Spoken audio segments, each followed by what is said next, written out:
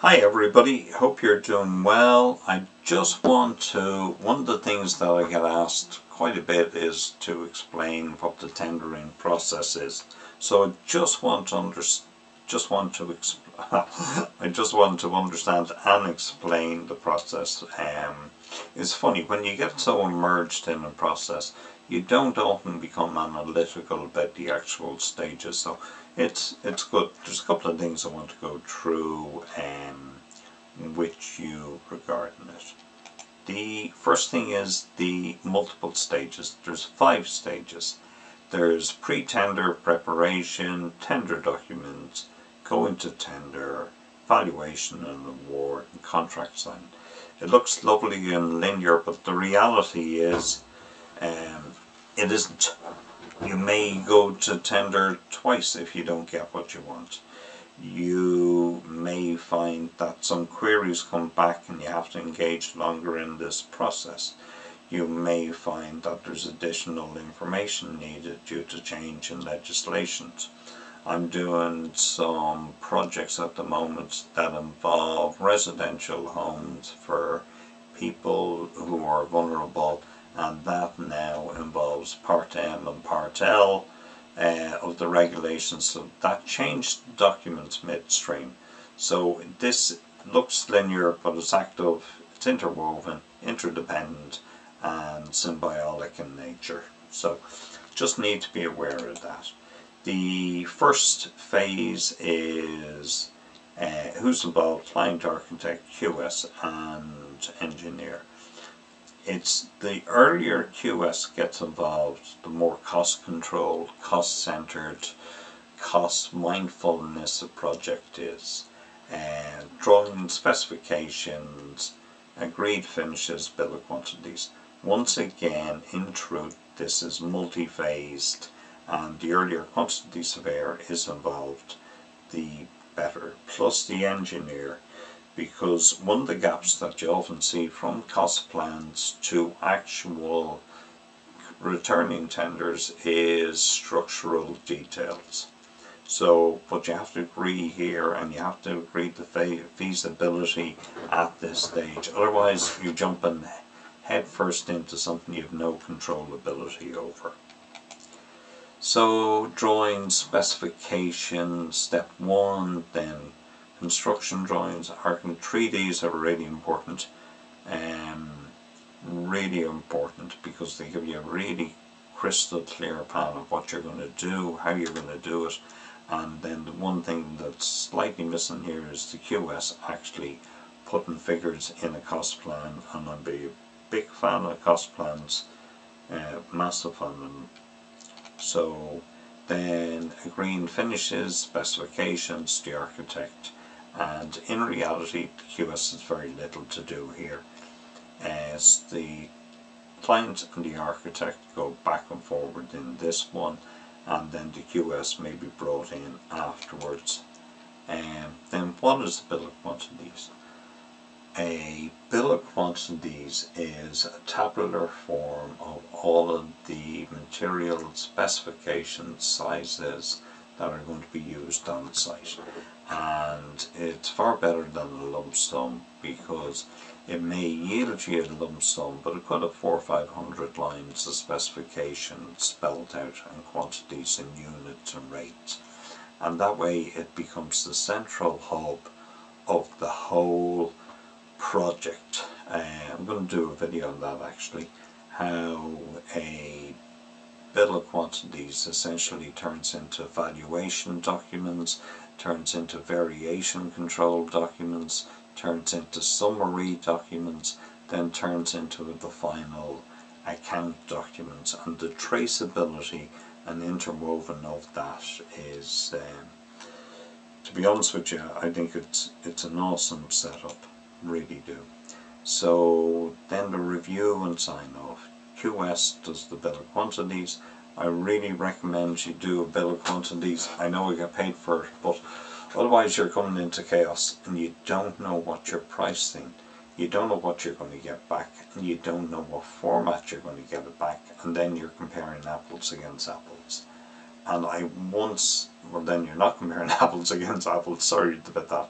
But if you're systematic, like I have a tender analysis I'm going to do today for 5 contractors, and I'll be able to pinpoint very quickly who and what and how, because they've all used the format I gave them. And there's predictability, reliability, there's integrity, because sometimes you think something looks good, it's 100 grand below, all of a sudden windows aren't in it, the stove isn't in it, or they've already discounted the grants. People do crazy things, I know. So we need up-to-date drawings, clear specifications and engineering, and you're usually waiting for pieces of information. One of the last ones you usually get is the engineers. Then we've got contract documents, form of tenders, type of contract, duration. So all of these are spelled out. Technical drawing specifications, you may get burr search, you may get some other landscaping documents. This is an important one because this spells out the whole process, and this is where people write in their duration and their actual cost of the project as well, and it's kind of an agreement. It's not a letter of intent, but it's an expression of willingness to stand over that tender at that stage. Legally binding, no, but it is their indication that they will. So form of tender, contractor's name, total sum, confirmation they got all drawings, signature. Some people want more detail here. Horses for courses, you've got to match your documents to the contractors you're going to engage with. If it's over-specified, overdone, I know one of the best builders in Dublin probably does about 20 jobs, and a long-tailed bill of quantity comes in for 1,000 pages, goes straight in the bin. So you have to be realistic in what type of bill of quantities you're sending out. And you have to be also then correct and analytical about what type of contract you're going to use, what's the mechanics of the contract, what's the duration. Liquidated damages are usually around when a contractor runs late on a project, he's overrun, and you want to claim back money. It's very hard to prove. It's better off not getting in that environment. The retention is something that needs to be in, usually 5% for residential. Seen it as high as 10, but usually 5%. That's money that the homeowner holds back throughout the project until the stage called practical completion. That is when everything is certified, ready to be lived in, and water and plumbing and electric are also certified. So that is, and sometimes guys don't do it and you need to follow up, and compliance is of vital importance. And then the balance in that is kept for 6 months or a year for snags, and usually there's expansion joints, there might be a washer that needs to be tightened. It's small works, So the tender pack itself is a letter to the invitation tender, form of tender, bill of quantities, the architectural drawings, engineering, structural and specification documents as well. So who does tender go to? Going to tender goes to 3 to 5, maximum 6. And if you know good builders, you shouldn't necessarily be trying to flood it with multiples. If you know the guys, you get on well with them, you have a relationship with them, you've established trust, you can nearly predict their pricing patterns. And you've got to be able to understand, this guy comes in a little bit lower. Why does he come in a little bit lower? Often because he may be 2 months later. Doesn't have the same overheads, he doesn't have the same structure, he mightn't have a foreman, he may be the foreman. So you've got to balance out the return tenders, not just on price, but on multiple levels. They're all verified, they're all, and this is where personal experience has to be central. Also as well, you've got to validate their financial status as well. You really do. So you got to check their records as well. Not often done, not often said, but you've got to do it. And then typical 3 weeks. 3 weeks for contractors to receive the documents, analyse them, send back queries, visit sites. And that's a golden nugget that a lot of builders actually don't do. They don't go and visit the site. They don't go and meet the people, don't go and chat to them, they don't go and engage with them. And if it comes down to making a decision for hundreds of thousands of dollars, who is the client going to be most appreciative of? It's the person who's come out and engaged with them.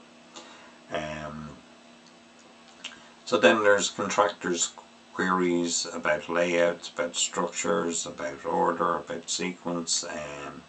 Send it back to the QS. QS may send it back to the architect. All clarifications are issued to all of them. Also the same thing if they want an extension. If a builder wants an extension, then all contractors, if it's granted, all contractors must be given an extension as well at time. Tender evaluation. Tenders used to be, back in the olden days, they'd actually, 5 o'clock on Friday was the big one, and they used to open up a glass of whiskey, believe it or not, for the tenders. And I naively thought it was a very noble thing to do. The reality is, the guys were protecting themselves. Guys and women were protecting themselves and getting ready for a shock. That's what the architects were actually doing. I was so naive as a kid. I thought it was a very noble thing, because you don't know what you're going to get back. And even though you work with guys, even though you know their pricing strategy, even though you know recent tenders, you still don't know their subjective needs. And so literally, I thought it was so funny. I was so naive. So we're looking for misalignment of pricing. We're looking for consistency. We're looking for aggregate. We're looking for totals. But what we're really then looking for is to pair that with the knowledge. You already know these guys, and then you have to go outside of that system, and then you've got to go, well, where are they now financially? And then the homeowner has to buy in with them. There has to be compatibility, has to be. And I once thought a couple of clients would get on great with a builder and they didn't, and then he went and met other clients the same day and they absolutely loved the guy. And then the reverse happened. A different builder went and met the first set of clients. I thought they'd get on pretty well. They did. And then he went and met the second client. They got on like a house on fire. So it's a certain amount of matching. You know, like it's I think I said this before. A very wise friend of mine talked about the head, the pockets and the soul all need to be aligned. So it's the same in this process, same in any process, isn't it?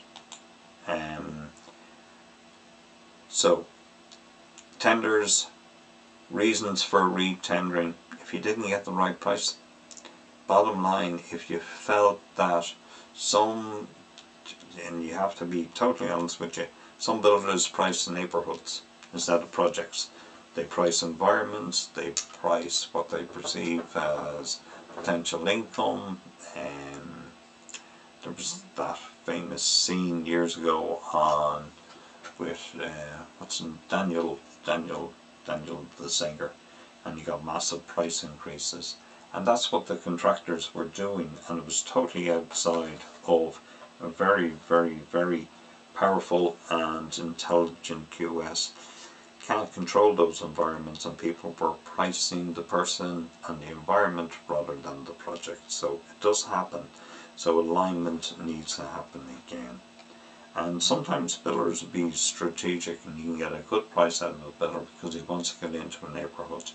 Certain neighbourhoods carry QoS, and if somebody gets in there, gets established, then they get embedded. So there's gamesmanship that needs to be accounted for. Awarding the contract is usually done by a telephone call. It's a letter of intent. Which is funny. I'll actually do a video on that. The contract prepared, appendix completed, signed contract, and then other contractors need to be told where they came. So what is usually sent out by the architect is a results email saying that there was four tenders, and there's no other names the other contractors submitted are included, but what there is their name will be included, so they'll know where they were included in that actual tender amount. So then the contract appendix, contract sum, duration, liquidated damages, we kind of, well, 500 euros ain't going to do it. Retention, typically 5 down to 2.5.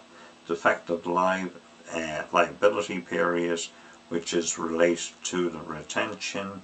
How long the retention is called is the defective liability. As one brilliant builder out of the north side, Mark, said, it's the maintenance contract.